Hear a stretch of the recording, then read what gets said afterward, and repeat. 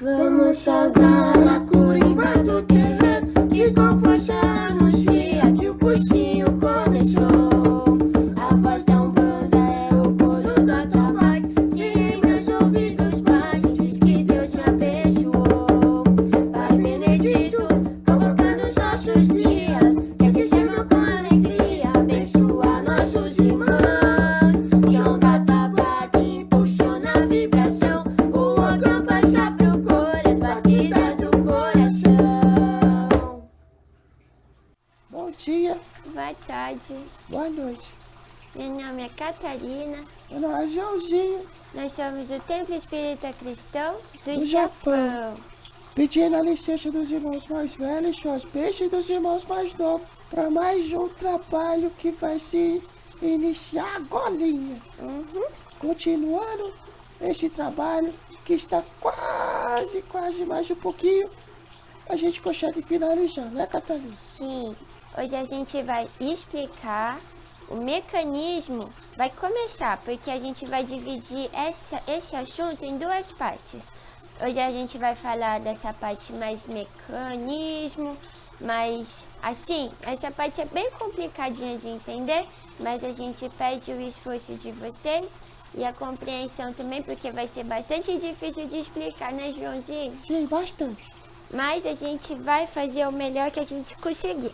Então, a percepção. Joãozinho, você sabe me dizer o que é percepção?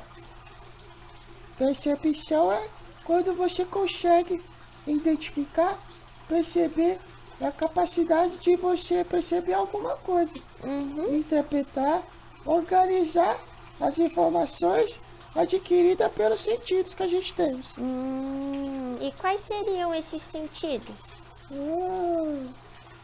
Esses sentidos seriam o visual, Que é ver, né? auditivo, Ouvir, olfativo, sentir com o nariz, o gustativo, gosto.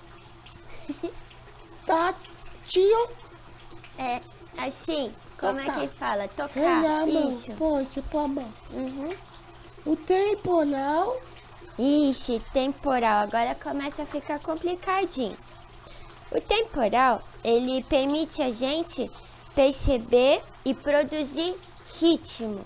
Ou seja, existe uma diferença entre o auditivo, que é ouvir, então reconhecer sons, timbres, volumes, frequências. Já o temporal é uma noção de tempo, então se o tempo é longo, se o tempo é curto, noção de cadência, se é uma cadência rápida, se é uma cadência lenta. Então essa é a diferença. o espacial, Você sabe o que é espacial, Josi? sim, lá do espaço sideral, Ai, meu Deus, não. lá perto da lua, Não. não? É o espaço que a gente tá aqui. Ai, Então, essa percepção permite com que a gente não esbarre nas coisas que tá aqui. É a mesma coisa que eu consegui perceber qual que é a distância da Catarina e entre o Joãozinho. Para que a Catarina, quando tá aqui assim, não esbarre sem querer e essas coisas assim. Deu para entender? sim. Essa percepção ajuda muito a nós, sem a gente perceber, a desviar de obstáculos, não tropeçar, Sim. saber o tamanho de se cabe ou não cabe, Sim. né? E depois a gente tem a social e a musical. Sim, a social, ela é a percepção de identificar e interpretar o comportamento das outras pessoas. E a musical é a capacidade de perceber as ondas sonoras como parte de uma linguagem musical. Ou seja, é sobre aprender a ouvir, reproduzir e escrever música. Falando sobre música, a música, ela estimula uma grande parte do nosso cérebro, né, Joãozinho? Sim. Ela vai do nosso ouvido e vai até o nosso coração em aproximadamente 1/100º de segundo, sabia? É muito rápido, né? E a gente está falando de coração. Então, a música ela nunca ativa só uma função cerebral. Por exemplo, quando a gente está dançando ou quando a gente está tocando um instrumento, a região ativada no nosso cérebro é o córtex sensorial, que juntamente acaba ativando o cerebelo, que está ligado ao tempo, à sincronia, ao ritmo e também às emoções. Então, tudo que envolve música, nós a dançar, tocar e tudo mais, gera tanta coisa ao mesmo tempo dentro da gente, né, João? Sim, verdade. Até no meu cerebelo, olha. Que legal. Eu começo a deixar meus cerebelos começam a mexer.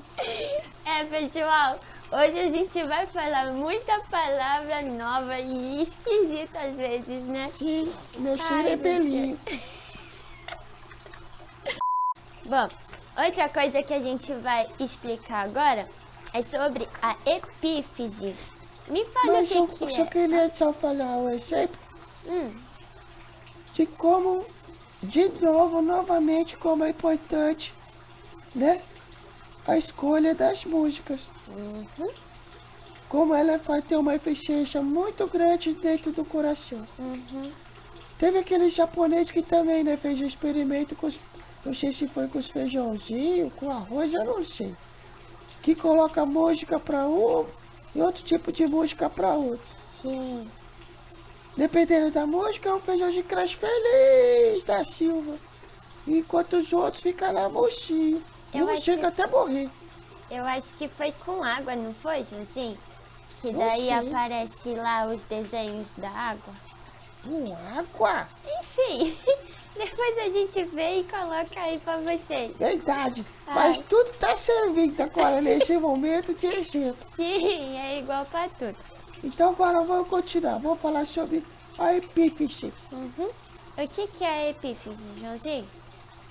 A epífise é uma glândula endócrina que cientificamente é associada com algumas funções, como regular o sono, melhorar a pressão sanguínea também, sabia?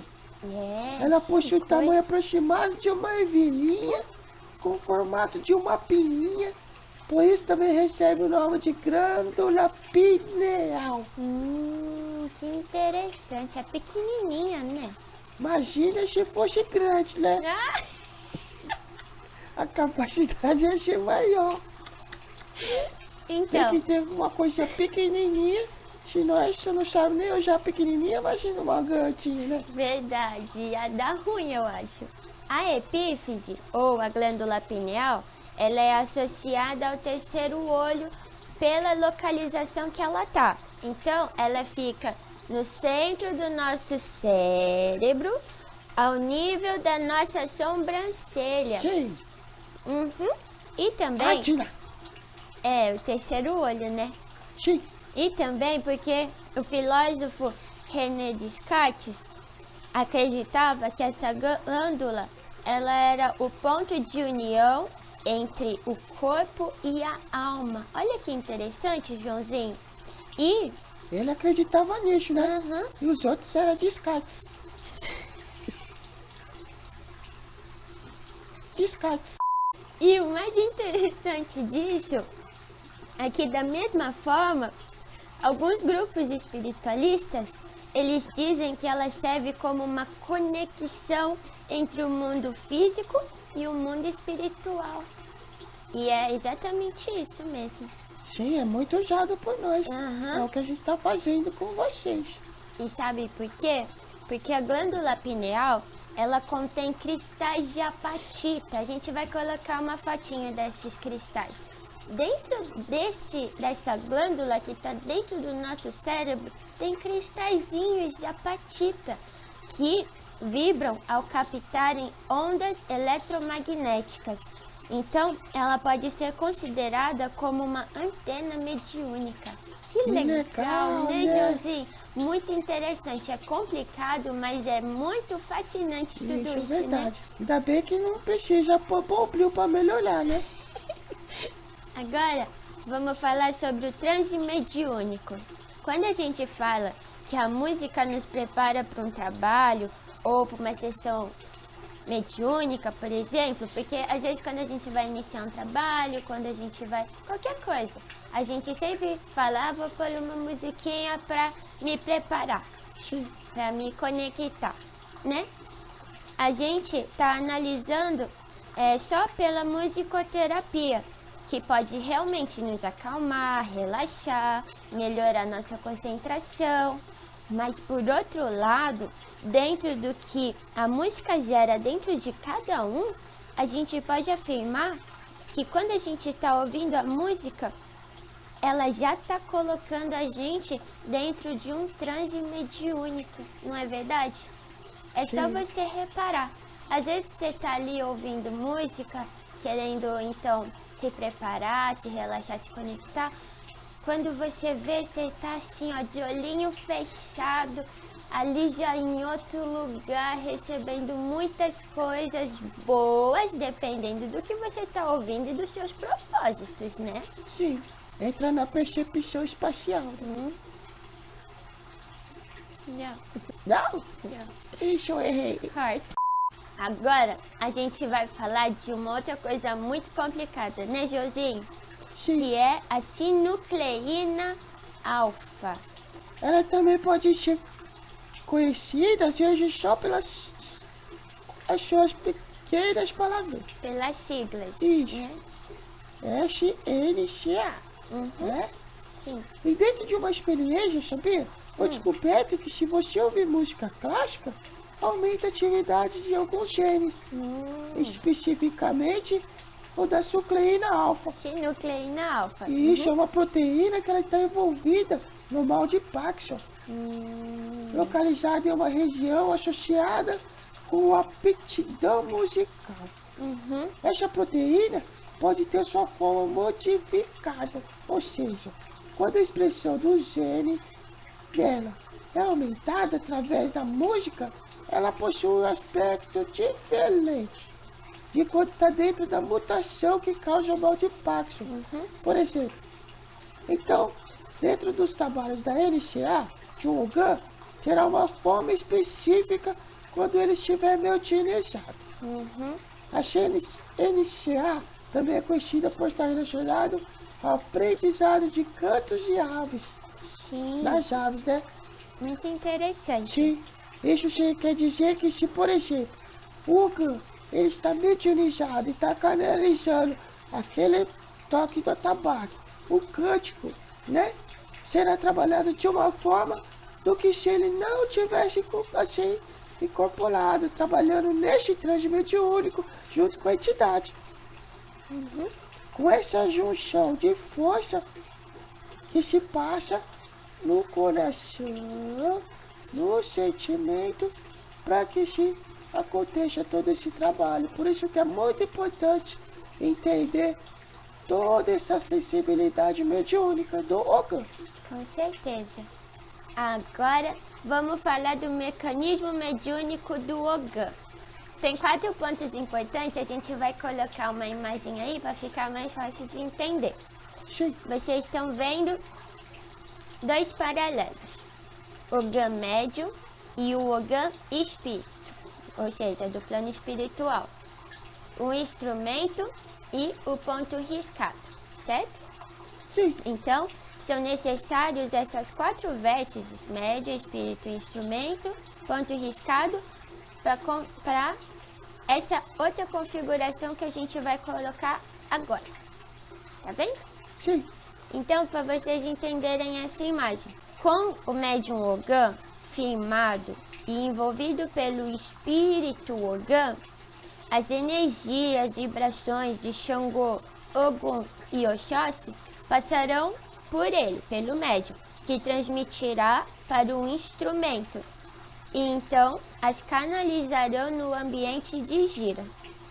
É importante lembrar também, né, que o atabaque tem que estar com os pontos devidamente consagrados e firmados para que isso possa ocorrer bem, certo? Sim, é uma segurança do trabalho, né?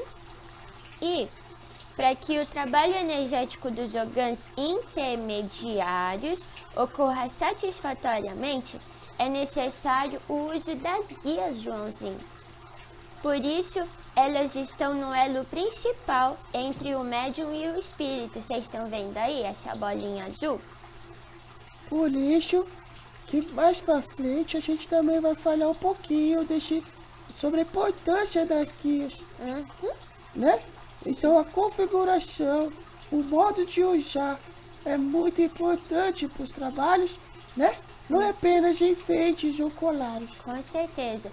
Tanto é que se ocorrerem negligências em relação às guias, por exemplo, falta de cuidado, ou quando a gente esquece ou não usa ela da forma correta, ou a gente utiliza uma guia configurada de forma errada, feita de forma errada, a gente pode ter problemas no trabalho, dependendo das energias que a gente estiver manipulando. Muitas pessoas perguntam, às vezes pro Ogã ou pro Babá, por que eu ainda não recebi a minha guia do atabaque? Porque tem que ter esse primeiro processo, essa primeira etapa de conscientização e tudo mais, porque a guia é para ajudar. Agora, se o médium não está preparado ainda para usar e usa, pode ter muitos problemas, né, Joãozinho? Lembrando Então, que esses problemas, às vezes, não são só espirituais, né? Porque são devidamente mal usadas, elas podem ocorrer acúmulos de energias locais, né, do corpo. Sim, Isso vai trazer muita coisa mal benefício para você, né? Exatamente. E lembrando também aos irmãos que já usam essas guias, né? Como a Catarina falou, o respeito é fundamental. Se você tem que usar, faça a sua guia, né? Não é um acessório, é uma ferramenta de trabalho. Então, faça com respeito, com carinho, né? Se sente nesse momento e faça com amor e carinho para que tudo aconteça devido o que tem que acontecer, né? exatamente. E vocês lembram quando a gente explicou como é que firma um atabaque? Lembra que tem que mentalizar aquele triângulo, aquele ponto riscado no couro? Em cima, a gente sauda Pai Oxalá. Do lado direito, a gente sauda a linha dos nossos ogãs. E do lado esquerdo, a firmeza do atabaque. Dependendo, pode ser Ogum, Xangô, Oxóssi. Na maioria dos casos, mas pode sair disso também, né? Sim. Nessa hora, para os médiuns que já têm as guias do atabaque, ele vai estar firmando as suas guias nesse momento em que ele está firmando o instrumento. Então, conforme ele está se conectando com o atabaque, firmando o atabaque, ele também está firmando a sua guia. Então, a Catarina tinha falado, coloca a mãozinha ali na ponta e sauda Pai Oxalá.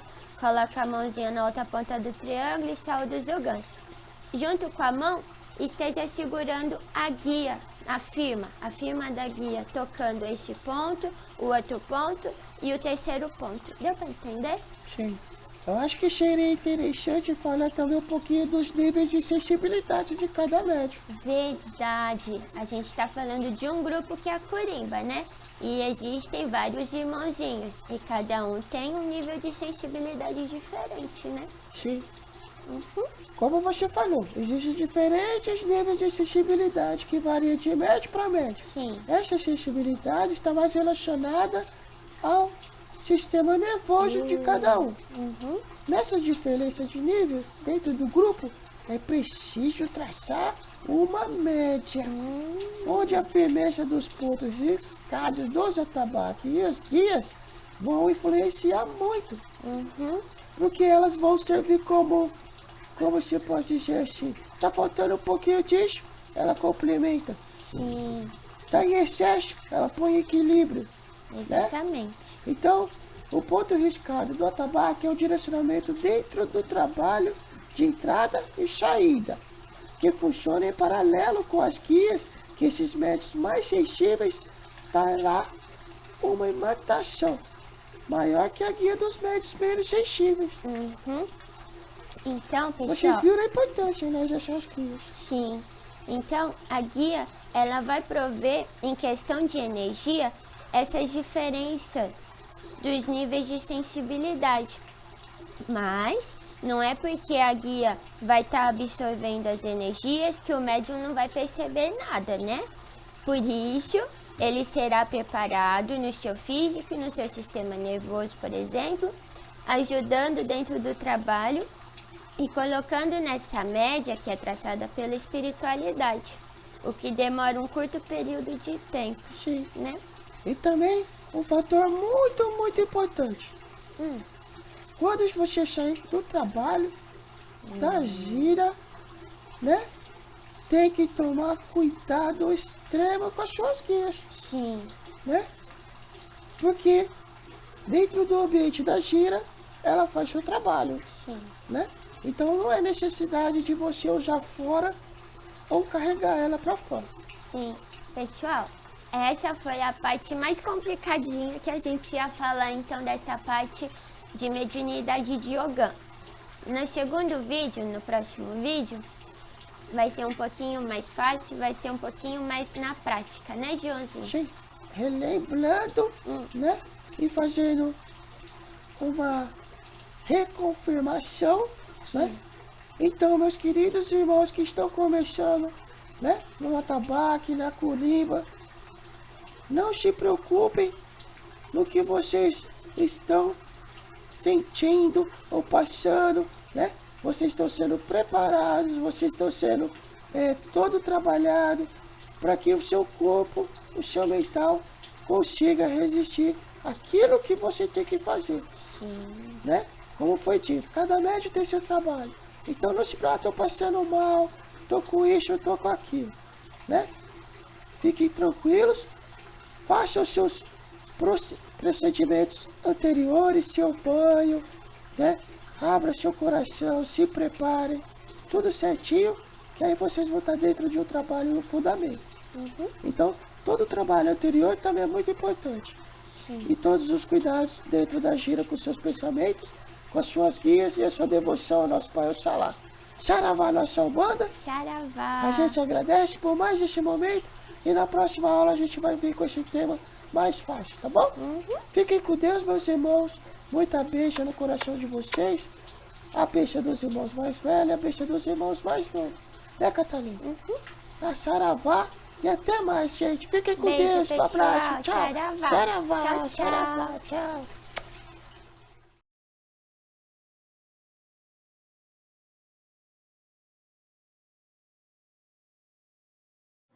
Fala, pai bom.